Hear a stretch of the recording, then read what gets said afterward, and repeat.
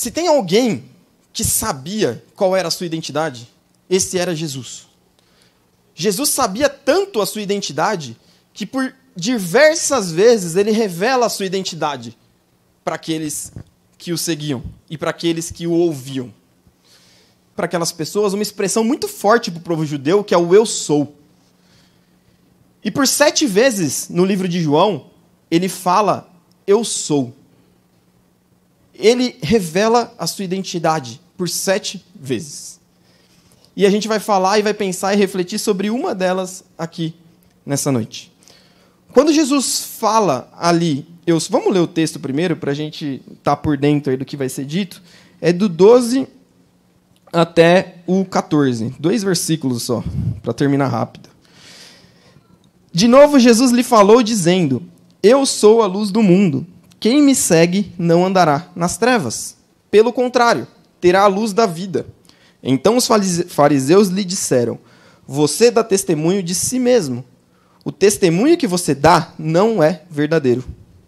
Jesus respondeu: ainda que eu dê testemunho a respeito de mim mesmo, o meu testemunho é verdadeiro, porque eu sei de onde eu vim e para onde eu vou. Mas vocês não sabem de onde eu venho, nem para onde eu vou. Aqui, Jesus, ele lembra a passagem ali da mulher adúltera, em que os fariseus trazem a mulher adúltera ali para Jesus condenar, tentando aplicar uma pegadinha em Jesus ali. Jesus fala para ela: vai, não peques mais, aquele que pecou primeiro atira a primeira pedra. E os fariseus, como em toda a história de Jesus, aí ficam sem ter resposta, né? E é logo depois disso. Logo depois disso, Jesus vira e fala para aqueles fariseus, para os seus discípulos que também estavam junto, que eu sou. E como eu falei, a expressão eu sou, ela é muito forte para um judeu. Porque ela foi a expressão em que Deus se revelou para Moisés, lá no Egito. Deus disse a Moisés, isso está escrito lá no Antigo Testamento, Deus disse a Moisés: eu sou o que sou. É isto que você dirá aos israelitas: eu sou, me enviou a vocês. Deus também disse a Moisés: diga aos israelitas: o Senhor dos seus antepassados, o Deus de Abraão, o Deus de Isaque, o Deus de Jacó enviou-me a você. Este é o meu nome para sempre, nome pelo qual serei lembrado de geração em geração. Deus se revela para o povo de Israel dizendo: eu sou, esse é o meu nome para sempre. Ou seja, sempre que alguém se referir à expressão eu sou, está se referindo a mim. E aqui Jesus vira e fala: eu sou a luz do mundo. Quando Jesus fala para aqueles homens que ele era a luz do mundo, ele está causando, igual tem aquele meme, né, que não sei se os irmãos já viram, tem aquela expressão de que vai ficando a cabeça normal do rapaz, né, e fica um pouquinho pegando fogo e de repente a cabeça explode, assim, né. É isso que Jesus estava fazendo com o povo de Israel. Quando o povo de Israel ouve alguém falar ali que eu sou, adquirindo a autoridade, adquirindo o nome de Deus para ele mesmo, aquilo para o judeu era inconcebível. Eles não conseguiam entender aquilo. E é isso que Jesus faz durante o livro de João. Ele faz isso 7 vezes. E ele se refere a ele como a luz do mundo. Normalmente, luz, na palavra de Deus, na Bíblia, ela se refere a conhecimento. Na maioria das vezes, não em todas, às vezes é literal mesmo, ao sentido de luz, mas quando ela está no sentido de metáfora, ela está querendo dizer sobre clareza de ideias, entendimento, conhecimento. E quando Jesus fala: eu sou a luz do mundo, quem me segue não andará em trevas, ele está querendo dizer o quê? Através de mim, vocês receberão conhecimento. Eu sou a fonte de conhecimento de vocês. Eu sou o local onde vocês devem buscar o conhecimento. É por isso que Jesus está falando aqui para eles, porque eles já não tinham entendido o que tinha acontecido direito ali com a mulher adúltera na passagem anterior, e agora ele começa a se revelar, ele começa a receber a autoridade de Deus ali para ele, e o que ele está querendo dizer é: se você está buscando conhecimento, se você está buscando entendimento, se você está buscando entender mais sobre qualquer assunto, a primeira coisa que você deve fazer é me seguir, é me buscar. Eu sou a fonte do conhecimento. Isso já serve uma aplicação para a gente, irmãos. Não é nem a principal aplicação, mas você, adolescente, você jovem que está naquela... Ou você mesmo, adulto, que está na sua carreira profissional e busca diversas áreas de conhecimento, que é extremamente válido. Eu sempre falo isso para jovens e adolescentes quando eu converso, você não pode parar nunca de aprender. Se em algum momento da sua vida você parou de aprender sobre qualquer coisa que seja, você está deixando a sua vida de lado. A nossa vida tem que ser uma busca de constante conhecimento. A gente está em época de Olimpíada. Está em época de Olimpíada. E eu, como fã de esporte, sou o maluco da Olimpíada. Eu estou acordando 6 da manhã para assistir a Olimpíada. E assisto algumas coisas, e aí a minha esposa às vezes vira para mim e fala, você é doido? De todos os esportes que eu estou assistindo ali, eu busquei conhecer as regras para poder entender aqueles esportes. Então, se você me perguntar a regra do badminton, eu vou saber te falar. Se você me perguntar a regra do judô, eu vou saber te falar. Por quê? Porque eu estou ali, assistindo. Mas para eu poder entender o que está acontecendo, eu preciso entender da regra. Senão eu não vou entender o que está acontecendo. Como que você quer entender de Jesus sem buscar o conhecimento sobre Jesus?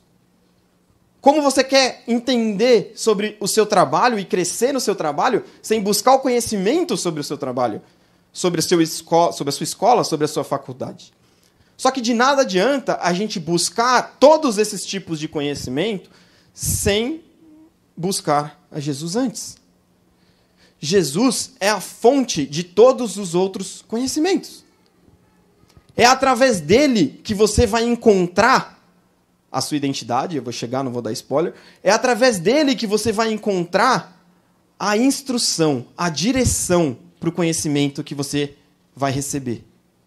Através do Espírito Santo, você foi capacitado, você será capacitado para absorver aquele conhecimento e poder colocá-lo em prática. Primeiro, você tem que buscar a Jesus e depois o seu conhecimento.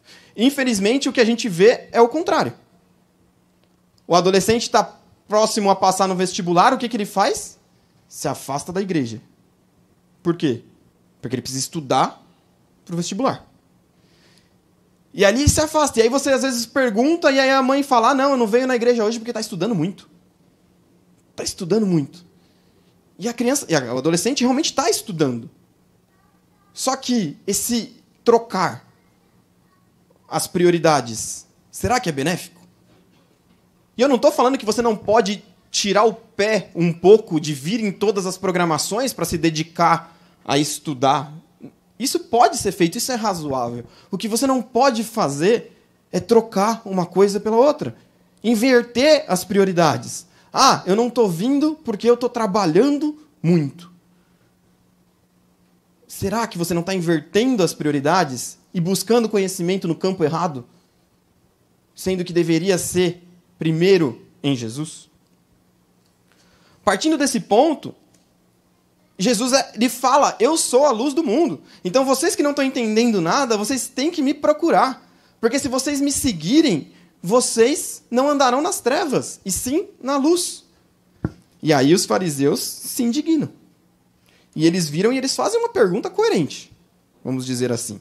Então os fariseus lhe disseram, você dá testemunho de si mesmo. O testemunho que você dá não é verdadeiro. Em outras palavras, o que os fariseus estão dizendo aí, você está falando que você é isso. Quem prova? Eu posso falar aqui que eu sou um ótimo cantor. Vocês viram que eu não estava no coral. Eu posso falar aqui que eu sou alto. Vocês vão ver que eu não sou. E hoje em dia, a gente está vivendo numa sociedade em que as pessoas falam uma coisa e simplesmente para ela falar aquilo, todo mundo tem que acreditar e tem que aceitar. E isso que querem obrigar a gente a fazer. A gente olhar para uma pessoa, ver que ela não é aquilo, mas a pessoa fala, eu me sinto isso, e aceitar. Só o meu falar realmente não vai ser válido para eu encontrar minha identidade, irmãos. Só eu falar, se alguém perguntar para mim o que você é, eu sou o pastor, eu sou um ótimo pastor. Tá, mas eu estou falando que eu sou um ótimo pastor. Será que eu sou? A primeira pessoa que você vai ter que perguntar é para minha esposa. Depois você vai perguntar para a minha igreja. Depois você vai perguntar para aqueles que estão dentro do meu ministério. Não adianta só você falar. E é isso que os fariseus estão falando aqui para Jesus. Tá, Jesus, você está falando, mas e daí? Quem prova que isso é verdade? E aí Jesus mostra para a gente como a gente encontra a nossa identidade. Ou seja, você está falando quem é você, mas quem prova que você é realmente você? E aí Jesus traz para a gente a resposta. Ainda que eu dê o testemunho a respeito de mim mesmo, ou seja, sim, realmente sou eu que estou falando, mas o meu testemunho é válido, em outras palavras, aquilo que eu estou falando é verdade.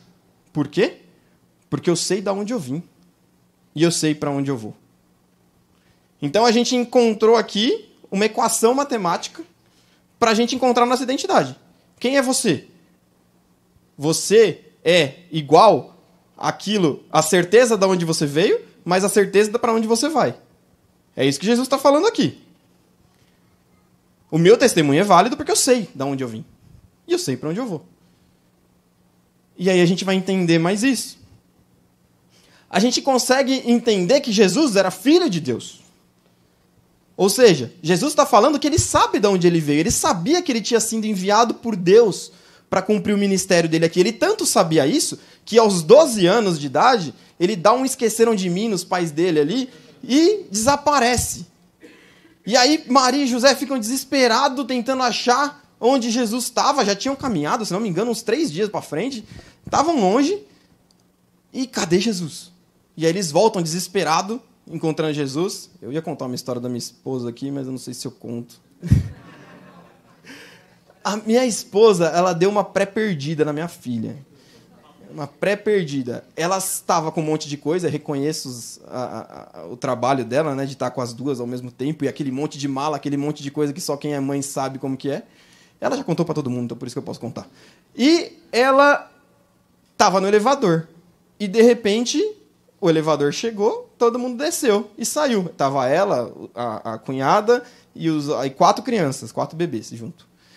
E aí todo mundo saiu, beleza, beleza. E ela olha para trás, cadê? A Pietra. Onde ficou? No elevador. E o que acontece com o elevador? O elevador fecha e sobe. A minha esposa ficou o quê? Desesperada. Ficou desesperada. E, de repente, ela não sabia o que ela fazia, começou a chorar já, e aí ela viu que parou o elevador no andar. E, por coincidência, era no andar da Roberta. E aí, porque era no prédio da Roberta isso. E ela falou, quem sabe é a Roberta. Mas não era a Roberta. Era a vizinha da Roberta. E aí, entrou uma outra pessoa, olhou para Pietra. Pietra olhou para a pessoa. Ela não entendeu nada, imagina a pessoa, né? Ela estava descendo, aí ela viu que começou a descer. Aí ela falou, não, pelo menos está descendo, não passou do andar lá, não lembro qual que era. Mas aí começou a descer, e aí abriu a porta, ela olhou, a Pietra estava lá, assim, olhando, não tinha chorado, não tinha feito nada, e a mãe estava se acabando. Ela estava em prantos lá embaixo, isso demorou, acho que... Quantos andares são, Roberto? 6? 3 andares ali, olha o desespero da mãe. Então, imagina como José e Maria ficaram. Cadê Jesus? Jesus sumiu. Eu perdi meu filho. E aí eles voltam para procurar Jesus. E eles voltam, cadê Jesus? Cadê Jesus? Cadê Jesus? Cadê Jesus? Cadê Jesus? Eu vi ele ali, ele está lá. E onde ele estava? No templo. E quando perguntam para Jesus, José e Maria perguntam para Jesus, Jesus, onde você estava? A gente estava preocupado com você. A resposta de Jesus é qual? Por que vocês estavam preocupados comigo? Onde estaria eu, senão na casa do meu pai? Desde criança, Jesus sabia de onde ele tinha vindo. Desde criança. Ele tinha certeza de onde ele tinha vindo. E a gente precisa ter certeza de onde a gente veio. Se você olha para o seu RG, uma das coisas que está escrito ali no seu RG é o que é filiação. Está mostrando de quem você é filho. E às vezes a gente pode interpretar a nossa filiação como apenas isso. E pode ser que você tenha tido ótimos pais. E você tenha tido uma ótima criação e tenha orgulho de ter vindo da casa dos seus pais. E amém, e glória a Deus por isso. Mas pode ser que você não tenha tido uma experiência boa com seus pais. Ou com a sua mãe, ou com o seu pai. Ou não vem tendo uma experiência boa com o seu pai. E o que eu falo para você é que a filiação que mais importa para nós não é a dos nossos pais, e sim a de Cristo. a gente saber de onde a gente veio não quer dizer de quem eu sou filho, de qual cidade eu nasci, de qual estado que eu vim, de qual país que eu nasci. E sim, lá do início, sobre quem nos gerou na eternidade, foi Jesus, é claro, não estou falando que nós somos gerados, mas desde sempre ele sabe, porque ele sabe de todas as coisas, e ele sabia aonde você nasceria, ele sabia aonde ele te colocaria, quais pais ele colocaria na sua vida para que servissem para cumprir o propósito dele na sua vida. E aí Jesus, no Novo Testamento, em uma das outras passagens, ele está ali com Pedro nesse debate, nessas conversas que ele tinha com os discípulos, e ele vira e pergunta para Pedro, Pedro, quem estão falando que eu sou? E aí Pedro fala, uns falam que é Elias, outros falam que é João Batista. Tá, Pedro, mas e você? Quem eu sou? E lá em Mateus 16,15 ele fala, disse-lhes ele, e vós, quem dizeis vós que eu sou? E Simão Pedro respondendo disse, tu és o Cristo, o Filho do Deus vivo. Pedro tinha reconhecido a filiação de Jesus. Pedro não respondeu para Jesus, você é Jesus, filho de José e Maria. Não, você é Jesus, filho de Deus. E aí eu trago essa pergunta para nós, irmãos. E nós, somos filhos de quem? Eu sou filho do Silvandir e da Márcia? Sou. Mas será que só isso? Paulo fala em Efésios 2:3, ele vai falar, entre os quais todos nós também dantes andávamos nos desejos da nossa carne, fazendo a vontade da carne e dos pensamentos. E éramos também, por natureza, filhos da ira. Olha a pegadinha aqui. Nem todo mundo é filho de Deus. Todo mundo nasce filho da ira. Para você se tornar filho de Deus, você precisa ser enxertado. Para você se tornar filho de Deus, você precisa ser adotado como filho de Deus. E isso acontece através do reconhecimento de Jesus como seu Senhor e Salvador, que morreu na cruz para te resgatar da sua escravidão, dos seus pecados. Sem isso, você não é filho de Deus. Sem isso, você não tem filiação. E muitos nesse mundo não encontram a sua identidade porque não encontram a sua filiação. Muitos nesse mundo buscam a sua identidade nos prazeres momentâneos, no dinheiro, no status, no sucesso, na hierarquia, na faculdade, na escola, no grupinho, que é o grupinho, nem sei mais qual que é o nome que usam hoje em dia, mas o grupinho da moda ali, que não é os que sofrem bullying, é o outro, é o contrário. E às vezes você está buscando isso e você não vai encontrar a sua identidade ali. Você só vai encontrar o primeiro requisito para você encontrar a sua identidade é ser filho de Deus. E isso só acontece através da salvação. O mesmo Paulo fala lá em Romanos, porque não recebeste o espírito de escravidão para viverdes outra vez atemorizados, mas recebestes o espírito de adoção, baseado no qual clamamos, Abba, Pai. O próprio Espírito testifica com o nosso espírito que somos filhos de Deus. A gente pode falar Abba, Pai. Abba, Pai é uma expressão carinhosa para Deus. É uma expressão de intimidade. É uma expressão de vínculo. Às vezes a gente olha para Deus e acha que Deus está lá no trono dele com o cetro do lado aqui assim, só olhando, esperando a gente errar ou não para nos punir. Ah, será que Deus está olhando? Será que Deus viu que eu fiz isso de errado? Será que Deus viu que eu fiz isso de bom? E a gente vive uma vida tentando fazer coisas para agradar a Deus e a gente imagina Deus como um homem, um ser que está ali só para nos julgar. Ele vai sim nos julgar e a gente vai chegar nessa parte. Mas Deus é muito mais que isso. Ele é nosso Pai. É nele que a gente vai encontrar o aconchego nas situações difíceis que a gente passa na nossa vida. É nele que a gente vai encontrar consolo quando a gente não encontrar nos nossos pais. quando a gente não encontrar no nosso esposo, na nossa esposa, nos nossos filhos. Só que a gente não busca isso nele. A gente se recusa. A gente busca a Deus quando a gente está completamente destruído. Até a gente se destruir, até a gente virar pó, como diz Davi, até a gente virar caco, a gente não busca. A gente espera chegar a esse ponto e a gente esquece que a gente tem um pai que nos ama. Esse pai nos ama tanto que Jesus fala, portanto, se vocês, apesar de serem maus, sabem dar coisas, lá em Mateus 7,11, portanto, se vocês, apesar de serem maus, sabem dar boas coisas aos seus filhos, quanto mais o seu Pai, que está nos céus, dará coisas boas aos que lhe pedirem. Quem é pai aqui sabe. E pode parecer clichê, que eu já falei com os jovens que não são pais ainda, os casais lá que a gente conversa bastante. Você nunca vai entender o que é ser pai até você virar pai. Você nunca vai entender o que é ser mãe até você virar mãe. Parece clichê, mas quando nasce um filho, nasce uma mãe, nasce um pai, e aquilo se transforma. Você quer tudo de bom e de melhor para o seu filho. Às vezes você erra com ele, por causa de tanto amor.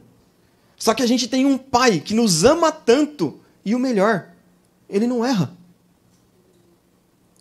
Se a gente que é pai falho e mau, é isso que Jesus está falando. Se você, Gregory, não é um pai perfeito para Pietra e para Manuela, por que você não confia no seu pai, que é o pai perfeito? Você acha que ele não vai querer que você seja feliz? Será que você acha que ele não vai querer que você passe na faculdade, que ele tem o propósito que você passe? Será que ele não vai querer que você trabalhe no emprego em que você se sinta feliz, que você se sinta realizado? Ele quer, porque ele nos ama e ele quer o nosso bem. A gente precisa buscar esse vínculo e esse contato. Quando a gente é filho, a gente traz várias características dos nossos pais.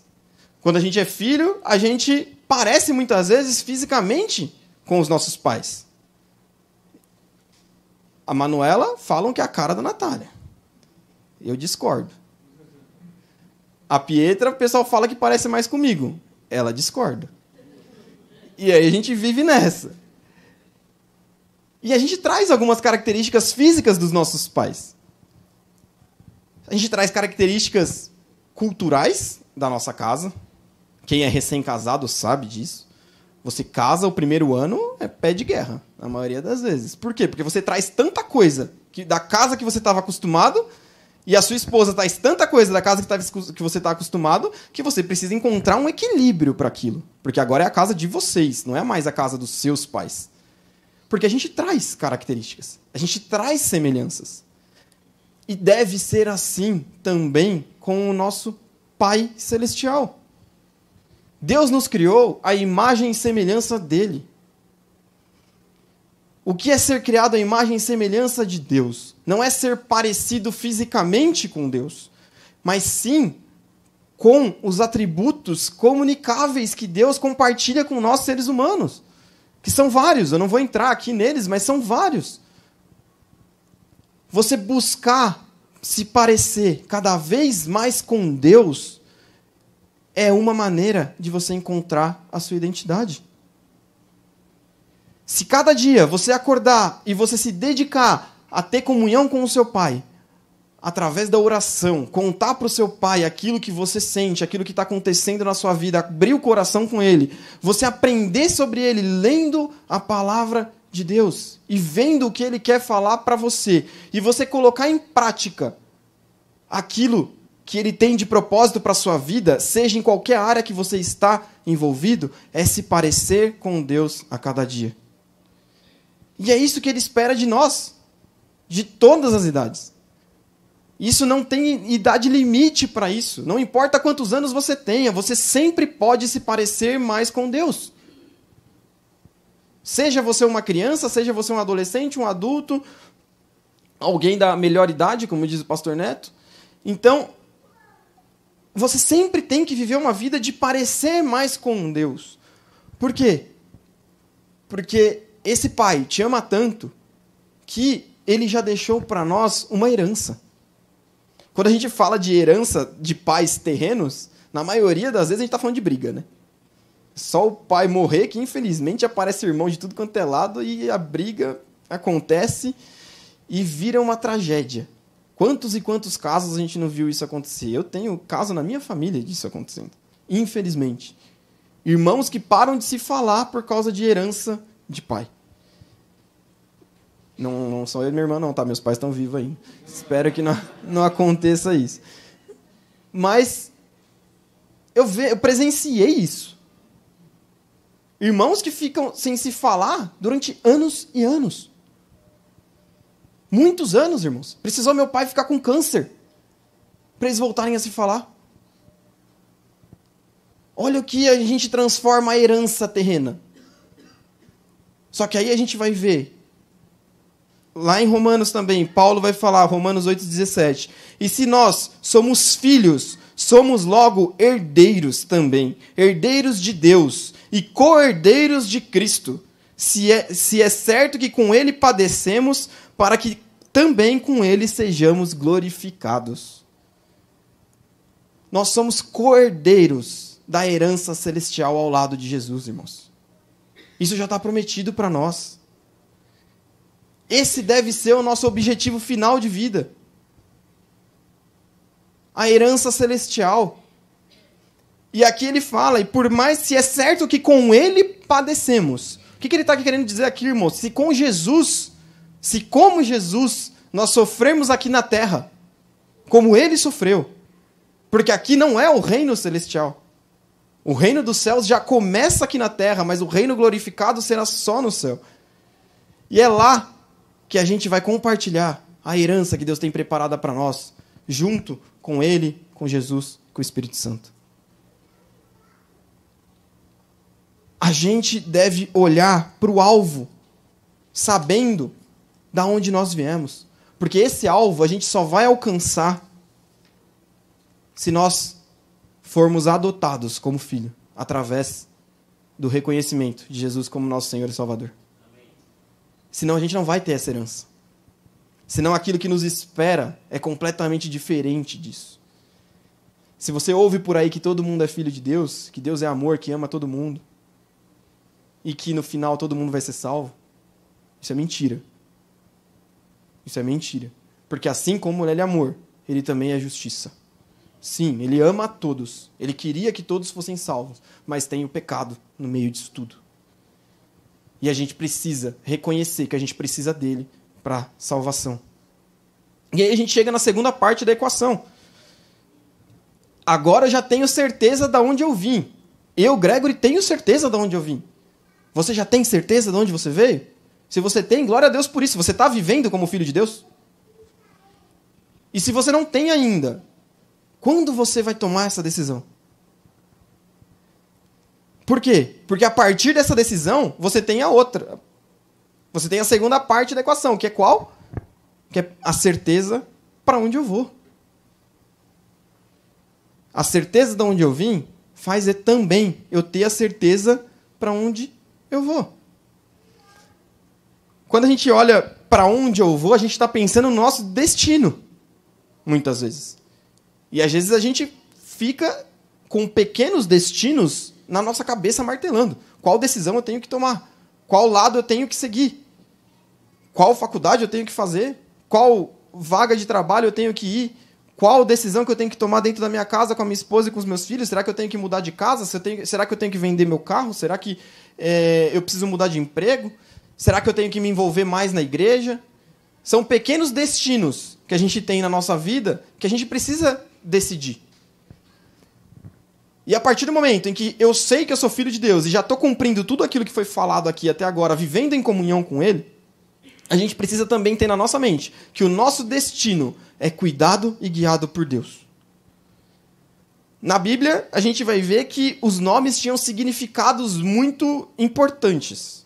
Hoje em dia, na nossa cultura, já não é mais tanto assim. Mas naquela época tinha. Jesus, por exemplo, é chamado por diversos e diversos nomes. Alguns deles o coral até cantou aqui. Alfa, Ômega e todos os outros que eles cantaram. E normalmente esse significado tinha a ver com o propósito de vida daquela pessoa. Por exemplo, João Batista. João Batista significa aquele que batiza. João Batista veio ao mundo para batizar. antes de Jesus. Até depois continuou também, mas o batismo antes do batismo de Jesus. E a gente tem, assim como o propósito da nossa vida não vem pelo nosso nome, isso não muda o fato que nós temos propósitos de Deus na nossa vida. Então, quem é você? Eu sou o Gregory. Isso não significa nada sobre o meu propósito. Mas isso não significa que eu não tenho um propósito de Deus na minha vida. Um dos propósitos de Deus para a nossa vida, e o principal deles, está escrito lá em Efésios 1:12. O propósito de Deus era que nós, os primeiros a confiar em Cristo, louvássemos a Deus e lhe dessemos glória. Então, o propósito básico que Deus tem na sua vida para o seu destino é qual? Glorificar a Deus. Aonde? De que forma? Aí é individual de cada um. Deus tem algo preparado para cada um de vocês. Diferente para cada um de nós. Só que, independente de qual seja esse propósito, dentro dele, deve ser glorificar a Deus. Então, se você está em dúvida de qual decisão tomar, uma outra pergunta que você tem que fazer para Deus antes de tomar a decisão é: Senhor, de que forma eu vou glorificar a Ti escolhendo isso ou escolhendo aquilo? Como eu vou glorificar o Seu nome fazendo a faculdade X ou a faculdade Y? Será que eu vou glorificar o Teu nome ficando longe dos meus pais, sabendo que eu não tenho ainda a maturidade de não me perder? Isso é difícil de você falar para um adolescente reconhecer isso. Só que quantos adolescentes acham que têm essa maturidade, mas não perguntam para Deus em comunhão se realmente, lá longe, ele vai conseguir glorificar a Deus? Pode ser que ele consiga, e glória a Deus por isso. E tem casos de adolescentes que moram sozinhos e glorificam a Deus e dão testemunho lá, durante o período de faculdade. Mas eu também conheço muitos casos de adolescentes que se perdem e depois não voltam mais para Cristo. Então, independente da faculdade que você vai fazer, daquilo que você vai se tornar, antes disso, tem que saber se você vai glorificar a Deus fazendo aquilo. Isso muitas vezes é forte, isso muitas vezes dói, mas é a pergunta principal que a gente precisa fazer. Será que se eu mudar de emprego, eu vou estar glorificando a Deus naquele novo emprego, ou eu vou estar abrindo mão da minha família para trabalhar, e vou perder a minha família de tanto trabalhar? E assim, em todas as decisões que a gente tem que tomar nas nossas vidas, irmãos. Se a gente se perguntasse antes de que forma a gente glorificaria a Deus antes de tomar aquela decisão, com certeza a nossa decisão seria tomada com muito mais paz, com muito mais calma, com muito mais tranquilidade, porque o Espírito Santo vai nos guiar. E pode ser que aquela sua decisão não dê certo. Os irmãos me conhecem aqui mais de perto, sabem que eu passei uma vida buscando algo, que eu fui morar fora buscando aquilo, e quando eu cheguei lá, não deu certo. E quando eu voltei, eu falei: o que eu estou fazendo da minha vida? Passei a minha vida toda tentando ser jogador de futebol. E agora, eu tenho 20 anos, estou aqui, e não tenho nada. Só que depois de muito tempo só, irmãos, que eu fui entender o porquê que Deus tinha o propósito de eu ir para lá. Não era para eu ser jogador de futebol, mas era para eu me desenvolver como homem e me aproximar muito mais dele, que foi naquele período que eu me aproximei. Você precisa colocar como prioridade glorificar a Deus na sua vida, nas suas escolhas e nas suas decisões. A partir disso, você vai ser recompensado. Por quê? Porque a gente tem um Pai bom, que quer nos abençoar, quer nos amar e quer nos fazer feliz. Só que a gente precisa buscar Ele antes. E a partir dessas decisões, dos nossos propósitos, a gente tem que assumir responsabilidades. A gente precisa ser responsável e assumir a decisão que a gente tomou. E cumprir com aquilo que a gente se comprometeu a cumprir. E isso também não importa quanto tempo, irmãos. Qual idade você tenha. Você sempre pode assumir responsabilidades. Independente da responsabilidade que seja. Você pode assumir responsabilidade. Quer uma responsabilidade que todo mundo aqui pode assumir? A responsabilidade de orar pela salvação de alguém que não é convertido. Quem aqui faz isso com compromisso? A responsabilidade daqueles que são próximos a ti de conhecerem a Deus vai ser cobrada de quem? De você. Isso a Bíblia fala. Isso é uma responsabilidade que todo mundo pode assumir, irmãos. Qualquer pessoa pode assumir essa responsabilidade. Além dessa tipo de responsabilidade, tem várias outras responsabilidades que você pode assumir. Se você é adolescente, você pode assumir a responsabilidade de ajudar os seus pais nas tarefas domésticas, por exemplo. Será que você tem assumido essa responsabilidade na sua vida? Você pode assumir a responsabilidade de ir bem na escola para realmente dar orgulho para os seus pais ou dar uma condição de vida melhor para os seus pais quando houver essa necessidade? Eu vi uma foto esses dias, essa semana na internet, uma mãe tirou a foto da filha de 10 anos lavando louça e ela escreveu embaixo: ó, amiga, máquina de lavar louça que eu comprei há 10 anos atrás, chegou hoje. Demorou 10 anos para a máquina chegar. Está assumindo responsabilidade, está lavando a louça para a mãe. A gente pode assumir diversos tipos de responsabilidade em todas as áreas da nossa vida. Será que você tem assumido a responsabilidade no seu emprego, no seu trabalho, de trabalhar como se fosse para Cristo e não para o seu patrão? Como Paulo diz? Ou você tem deixado passar e levado de qualquer jeito? Será que dessa forma você está glorificando a Deus através do seu trabalho? Será que na igreja você tem usado e assumido responsabilidades e colocado o seu dom em prática? Ou você tem vindo só para assistir o culto? Ouvir, ser abençoado. Glória a Deus por isso. Isso é super importante. Mas não compartilhar isso, o seu dom, com os seus irmãos? Como já foi pregado aqui há uns domingos atrás pelo Lucas, se você não coloca em prática o seu dom, você está adoecendo o corpo de Cristo. De duas formas. Você está acumulando serviço para outras pessoas e você está deixando de abençoar outras pessoas. Todos nós somos capacitados com dons. Dentro do propósito de Deus para nossas vidas, com certeza, irmãos, o propósito dele para a sua vida é que você coloque em prática o seu dom na comunidade que você serve. Isso é uma certeza. Isso é uma certeza. Ele quer que você participe. Ele quer que você colabore. Não importa a idade que você tenha. Ele quer. Você precisa aceitar, assumir, encontrar a sua identidade e participar na igreja com o dom que ele te deu. Assim o corpo vai ser fortalecido. A gente precisa assumir as responsabilidades, irmãos, e compartilhar isso com os outros na igreja e fora dela. Por quê? Porque eu tenho certeza para onde eu vou.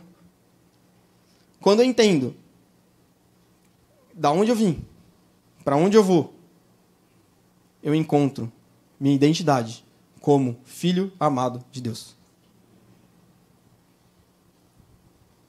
Eu paro de me frustrar tanto, porque eu sei que o propósito de Deus para a minha vida é muito maior do que um vestibular não passado, do que uma porta de emprego fechada, do que qualquer dilema que você está enfrentando na sua vida. O propósito dele para a sua vida é a eternidade. E aqui, durante esse período aqui na Terra, tão difícil, tão turbulento, porque eu sei, irmãos, que para algumas pessoas é realmente muito difícil. Esses dias eu estava conversando com um pastor a respeito disso e eu falei para ele, irmão, pastor, eu não sei o que falar para aquela pessoa. Porque aquilo que está acontecendo na vida dela, eu não tenho palavras. Como que eu ajudo? Como que eu consolo? E pode ser que você esteja passando por um momento desse. Porque a gente está vivendo num mundo caído. Só que não é para isso que Deus te criou. Isso faz parte do processo de você se parecer mais com Cristo. Paulo também fala lá em Romanos que todas as coisas cooperam para o bem daqueles que amam a Deus e que foram chamados segundo o seu propósito. O bem daqueles que amam a Deus é se parecer mais com Cristo. Então, tudo o que acontece na sua vida, seja ele bom, seja ele ruim, é para você cumprir o propósito de se parecer mais com Cristo e glorificar a Deus através da sua vida. E por último,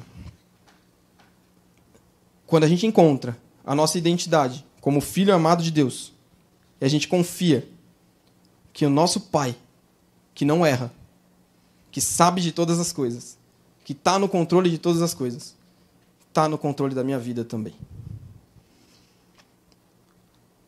Meu pai, é uma frase, né, que o pessoal costuma usar, eu não tenho todas as coisas, eu não controlo todas as coisas, mas o meu pai controla. O meu pai controla. Imagina só para você, pai de uma criança, se você desse para ela tudo o que ela pede, você ia estragar a sua criança. Você ia estragar. O nosso Pai Celestial, muitas vezes, ele precisa agir com a gente dessa forma. Porque ele quer trabalhar o nosso caráter. Ele quer moldar a nossa vida para que a gente se aproxime cada vez mais dele e glorifique cada vez mais ele através das nossas vidas. Isso não quer dizer que ele não está perto de você, que ele não está cuidando de você e que ele não está no controle da sua vida. É só uma forma dele fazer com que você pareça mais com Jesus. Assim você vai encontrar a sua identidade como filho amado de Deus. Amém, irmãos? Vamos orar? Senhor, te agradeço por esse momento. Te agradeço porque o Senhor é nosso Pai. Te agradeço porque mesmo sem merecermos, o Senhor nos permite sermos adotados por Ti, Senhor, e sermos co-herdeiros ao lado de Jesus na eternidade, Senhor. Não tenho palavras para expressar o quanto somos, mas principalmente devemos ser gratos a isso, Senhor. Te peço perdão, porque muitas vezes não somos gratos da forma que deveríamos. Te peço perdão porque realmente buscamos nossa identidade em lugares errados, buscamos nossa identidade em satisfação pessoal, em realização profissional, e esquecemos que nós só seremos completos quando reconhecermos o Senhor como nosso suficiente Salvador, Senhor. Te peço que se há alguém aqui essa noite, Senhor, que ainda não tenha tido esse encontro contigo, que ainda não se sinta um filho amado, que esteja se sentindo rejeitado, muitas vezes na sua família, muitas vezes no seu trabalho, muitas vezes em qualquer ambiente que ele esteja presenciando, que o Teu Espírito Santo quebrante, Senhor, e que haja esse encontro contigo, Senhor, e que ele possa se sentir como filho Teu, como nós já se sentimos, Senhor. E o Senhor abençoe, Senhor, nós, todos filhos, para que a gente possa realmente viver uma vida de proximidade com o nosso Pai, de relacionamento com o nosso Pai, de intimidade com o Senhor. Abençoe, complete essa palavra no coração de cada um aqui. É isso que eu te peço, te agradeço em nome de Jesus. Amém.